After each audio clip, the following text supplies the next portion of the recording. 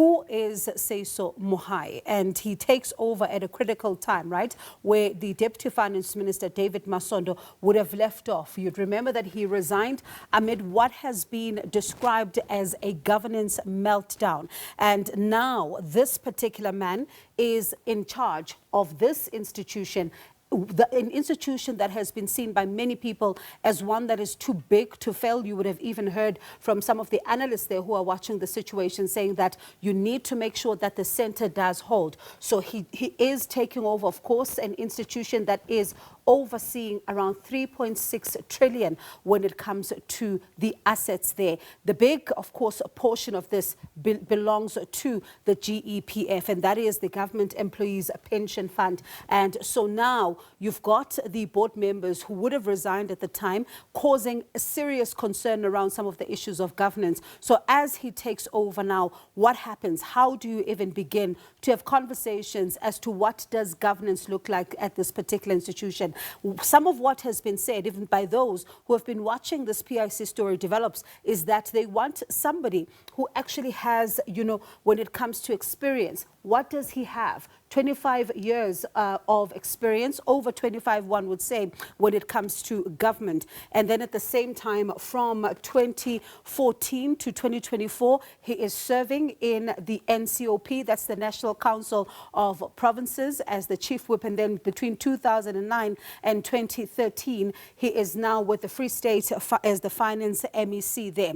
A critical position, because when you think about some of those who are raising concerns, they were talking about, do you bring in somebody without the requisite experience to take over this particular entity at such a critical time? And also looking at the financial experience that he then has as well. It's the Appropriations Committee, right? And he chaired the Spending Committee here. Quite important, because some of what the PIC has had to invest in as well is under scrutiny, and also served in the Finance Committee as well as Parliament, where he co-chaired the Financial Management Committee. So is this going to be enough, especially for those who are looking for somebody experienced here to take over the reins when it comes to governance at this particular institution? Will it be enough to convince them that he is the right man for the job? It begs to be seen. But also at the same time, you think about Kosatu. Kosatu says that Matthew Parks there earlier on, saying he is in fact the man that can be trusted with this particular job. And it speaks to the problems that the PIC would have had over time. Take a step back in history, the Mbati Commission making a number of recommendations as far as governance is concerned in this particular entity. And then when the board resigns, and those members resigning en masse, and then at the same time you have a CEO that is under a cloud, then fresh concerns around governance then begin to form. So let's tell you a little bit more about this man. In 1983, he joins the anti-apartheid activism, and then at the same time, 1987, he now helps to build these structures around the South African Youth Congress. This is in 1987, and then 1998, elected to the ANC Youth League's NEC. And when you think about this story of the PIC, many people have actually said, remove politics from the entity that is the PIC. So can you do that?